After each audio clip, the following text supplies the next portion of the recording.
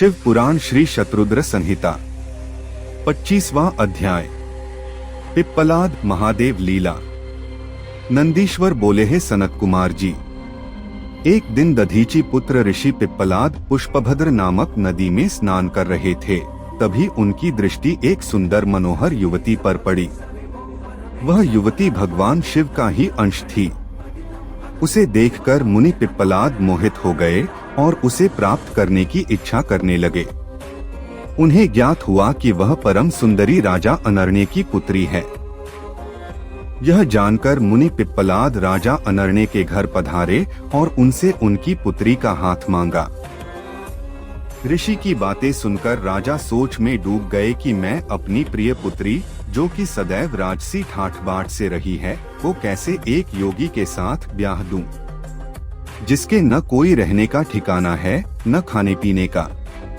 इस प्रकार राजा अनर्ण्य को सोच में डूबा देखकर ऋषि पिप्पलाद को क्रोध आ गया और वे राजा से बोले, हे राजन, तुम मुझे अपनी कन्या खुशी से सौंप दो, अन्यथा मैं तुम्हें तुम्हारे राज्य सहित भस्म कर दूंगा। मुनि की बातें सुनकर राजा अनर्ण्य भयभीत हो गए। उन्होंने अपने राज्य और प्रजा की रक्षा हेतु अपनी पुत्री पद्मा का विवाह सहर्ष मुनि पिप्पलाद से कर दिया। प्रसन्न होकर मुनि पिप्पलाद अपनी पत्नी को साथ लेकर आश्रम पहुँचे और आनंद पूर्वक वहाँ रहने लगे। ऋषि पत्नी पद्मा ने अपने पति की बहुत सेवा की। वह हमेशा मन, वचन और कर्म से अपने पति की सेवा शुश्रूषा में लगी रहती थी। उससे ऋषि को 10 महात्मा और तपस्वी पुत्रों की प्राप्ति हुई। मुनि पिप्पलाद ने अनेक लीलाएं की। उन्होंने संसार में किसी से भी निवारण न होने वाली शनिश्चर की पीड़ा को हरने का प्रयत्न किया।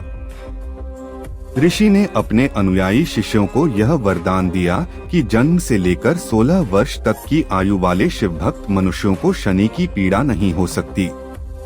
यदि शनि मेरे इस वचन को झुठलाने के लिए ऐसा करेगा तो भस्म हो जाएगा। इसलिए शनि का प्रकोप कभी भी 16 वर्ष की आयु से कम के मनुष्यों पर नहीं पड़ता है। तात मनुष्य रूप धारण करने वाले ऋषि पिप्पलाद का यह चरित्र मैंने तुम्हें सुनाया है। यह उत्तम चरित्र निर्दोष, स्वर्गप्रद, कुग्रहजनित दोषों का नाश करने वाला, मनोरथ पूर्ण करने वाला तथा शिव भक्ति में वृद्धि करने वाला है।